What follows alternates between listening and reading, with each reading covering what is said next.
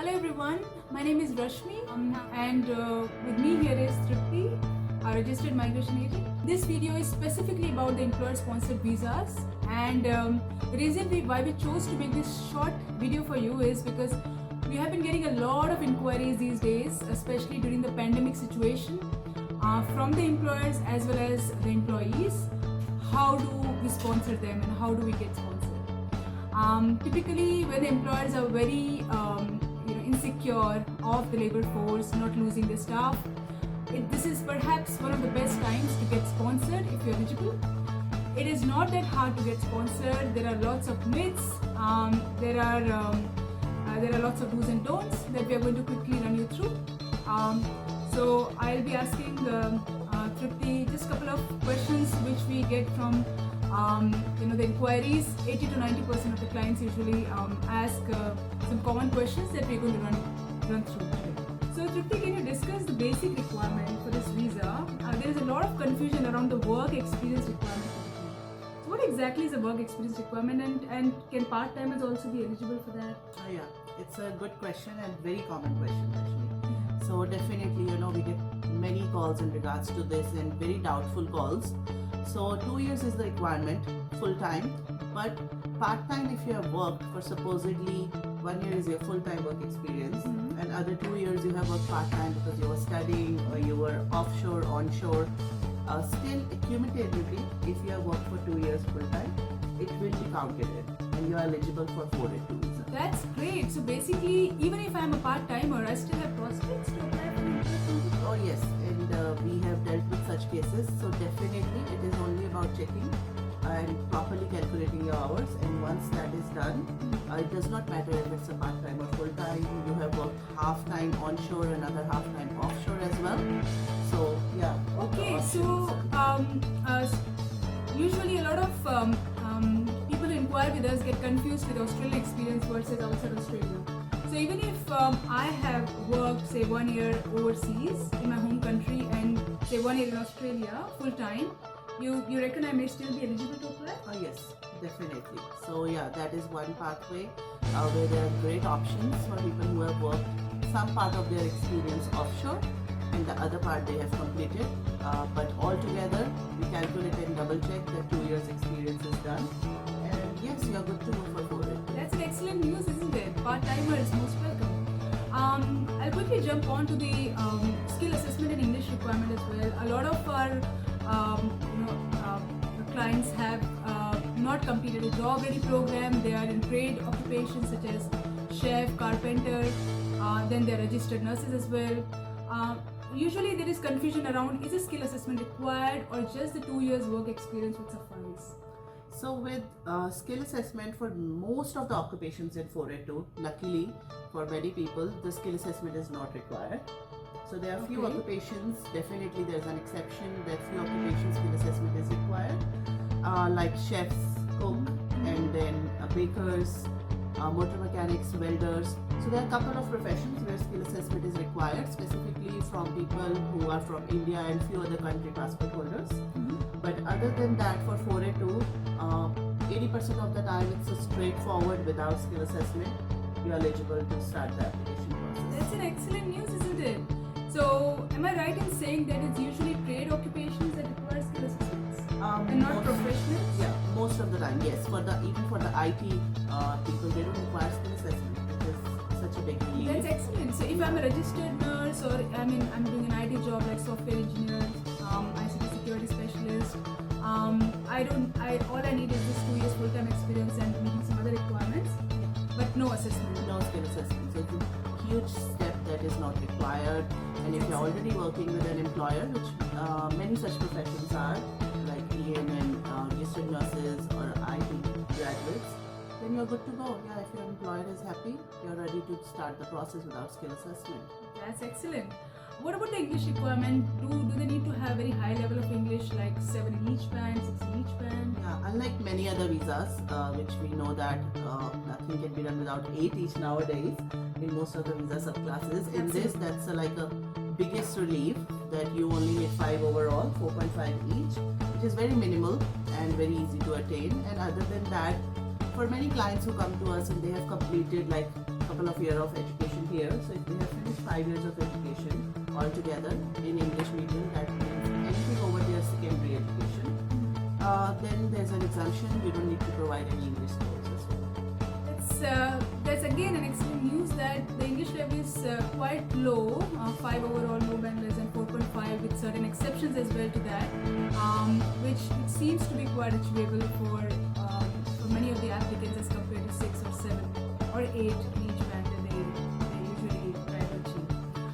Tripti, could you elaborate a bit about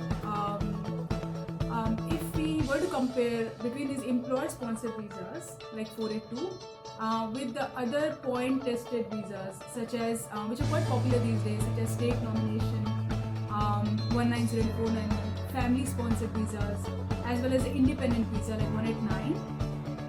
Why would someone opt for an employer-sponsored compared to the point-tested visas? Well, the big difference is, as you are mentioning, point-tested. That means the points are required. So one of the major differences with 482, there is no points requirement. So you are not fulfilling any particular 65, 75 points that is required to be eligible to apply for the visa. So it is like you are individually applying solely on your own credits, your work experience, your relationship with the employer. So it is all dependent on that. And with any point-based visas, Rashmi, we know that it is like a huge competition. You are applying your application along with 100 of other applicants. Absolutely. And with employer, you might be the only single person that employer is sponsoring in the whole company. So you see the difference of competition with point-based systems is huge compared to the 482 visa, where it is solely on your own credit and experience. Absolutely, Tripti, because we have been having these queries from most of the people who approach us. What is the cutoff for IT occupations, engineering, accounting, nurses? So our understanding is, from what we just discussed, with employer-sponsored visas, there are no points we're looking at. So it's all about you and your employer. And if your employer is an approved sponsor, and if your application gets through fine and you could possibly get the visa granted, you're not competing with the ones around. There is no competition as such, which is in point-tested visas, in terms of who has more points, who applied before you. That's excellent. So it's quite intricate, pretty much limited to their own firm. Excellent. So that could be an excellent choice. If not plan A, that could be a plan B for even the people who are aiming at state sponsorship. If they're already working somewhere, they might consider talking to them if they're okay sponsoring them. And yeah, you can take it from there as well. Oh yes, many clients they do that. If they launch their supposedly 190 or 491, but then they are on 482. So that is anyways an assured pathway. So That's yeah, great. it's a quicker one to work around right now. There are some new changes coming from 1st July. It's been quite much in the news. In fact, some good news that's coming. What is that news about? So this is actually a very big news, and for years that pathway was not there. So there are some occupations that were not eligible for the direct PR pathway once they serve their 482 visa term. So but now from 1st of July, for 1 year time frame, at this stage there's a limited time frame. So whoever is eligible is the best opportunity that with those occupations they will be able to apply for PR pathway later on, which earlier Excellent. was not there. Yeah. What could you give us an indication of what occupations typically that would be? Definitely. So the common ones are marketing specialists, enrolled nurses, which is great, not just registered nurses.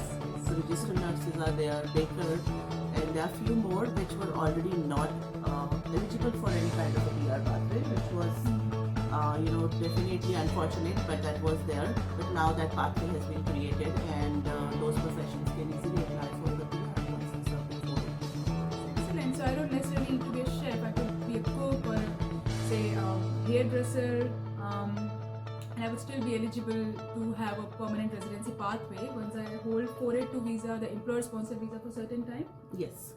That's excellent. Now, Tripti, just to close this discussion, if you can give us a good overview of what is the process like, what are the charges for, because if I I were to apply, that's my first question, that how long the process would be. Is it very rigorous? Do you really need to contact my employer multiple times? What the documents that are you going to request from the employer, are they going to be very intense? How much back and forth conversations are required? So is it quite an easy process, or is it a very intense process? And with regards to the sponsorship, employer sponsorship, is it a very long process, or what's the usual processing time? Sure. That is again a very common thing that people come with this perception that because it's an employer sponsorship, it's very complex visa and there will be a lot of requirements and paperwork and steps involved. But honestly, it's pretty easy and straightforward. So definitely initially we have a quick detailed conversation with the client. They come and share their background information. Once we rule that out, the next step is that we ask them to arrange either a Zoom meeting or a face-to-face meeting, phone conversation with their employer. Mm-hmm. So we take it on from there, that we talk to the employer, explain them the steps involved, and there are very few minimal documents that we require from the employer, majorly related to their finances of the company. That is to just assess it so that we can rule out that okay, this is right, where we take the next step. And the steps, officially involvement is the sponsorship application and the nomination application. That is the part from the employer's end that needs to be done. Both can be lodged together, but we always suggest that let's sort it out the sponsorship first, because it's not a very long process, and many a times we have got approvals in a week or 2 weeks time frame as well. A week, that's quite fast. So I believe if someone were to go for employer sponsored visa, they might like to get the sponsorship out of the way. Once they know the business is an eligible sponsor, they can actually sponsor them. Then they might be applying for the visa. Yes. And pay the visa fee.